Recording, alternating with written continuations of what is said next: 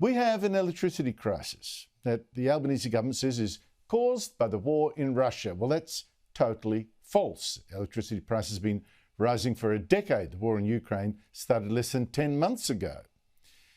Now, this crisis is caused in large part by global warming policies that helped wipe out 1/3 of our coal-fired power stations in a decade before we had the technology to replace them for 24-hour power, cheap and reliable. And even Prime Minister Anthony Albanese today accidentally admitted to just that. During the period of the former government, we saw 4 gigajoules of energy supply leave the system and only 1 enter.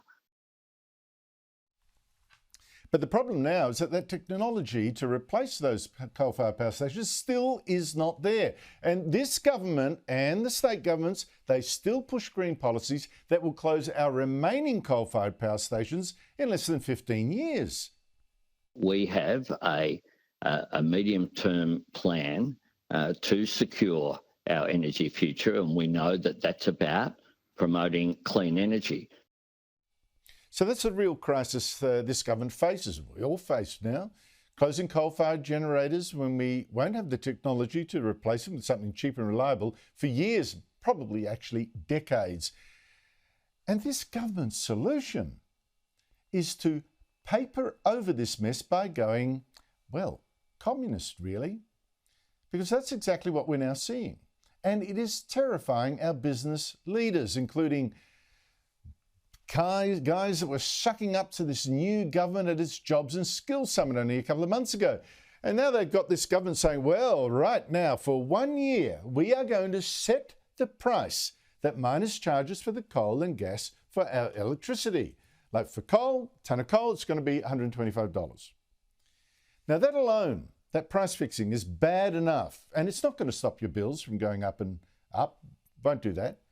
At best, if it even works, mind you, your electricity bill, says this government, over the next year and a half is going to rise not by the predicted 56%. It's going to rise by 47%, which is still massive. But it gets worse. This government has said, this price control, don't worry, it's just going to be temporary, it's just going to be 1 year. Now it's saying, well, actually, after that 1 year, this government is still going to decide how much fossil fuel companies can charge because it must be reasonable. Above that, the sky's going to fall in for them. Here is the Prime Minister, and also the Treasurer today, promoting a policy straight out of the Soviet Union's 5-year plans, the plans that ruined Russia. Are we going to have a circumstance whereby a business says, I want to be able to charge an unreasonable price? There will be a temporary price cap for 12 months, reviewed halfway through that, and an ongoing reasonable pricing regime. How would a government know what's reasonable? And if it starts this sort of silliness, well, why not go further? Why won't it also then eventually also set a reasonable price for milk, or a steak, or baby food, or petrol? What taxis charge? Now, the resources industry is saying, well, yes, reasonable price, define that.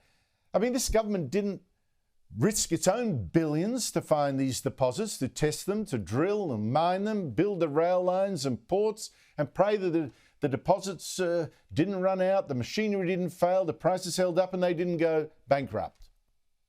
Now, I mean, it all looks easy now when the prices are high, but what about before, when they were low?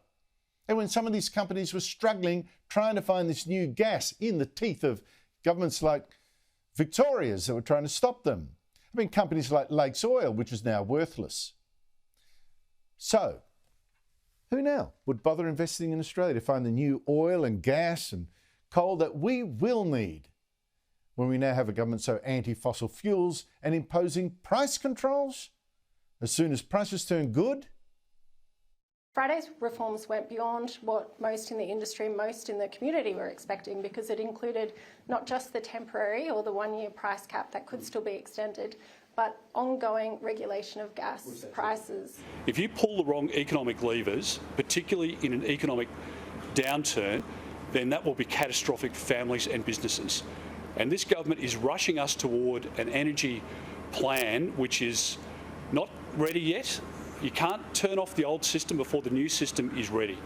If you do that, you'll jack up prices, you'll have blackouts in the system, and if we get that unreliability, then manufacturers and businesses like this that are running cold rooms will find it very hard to operate day to day.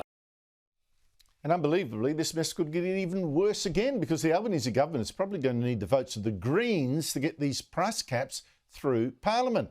And the Greens leader was today demanding the government do even more to kill the coal and gas companies.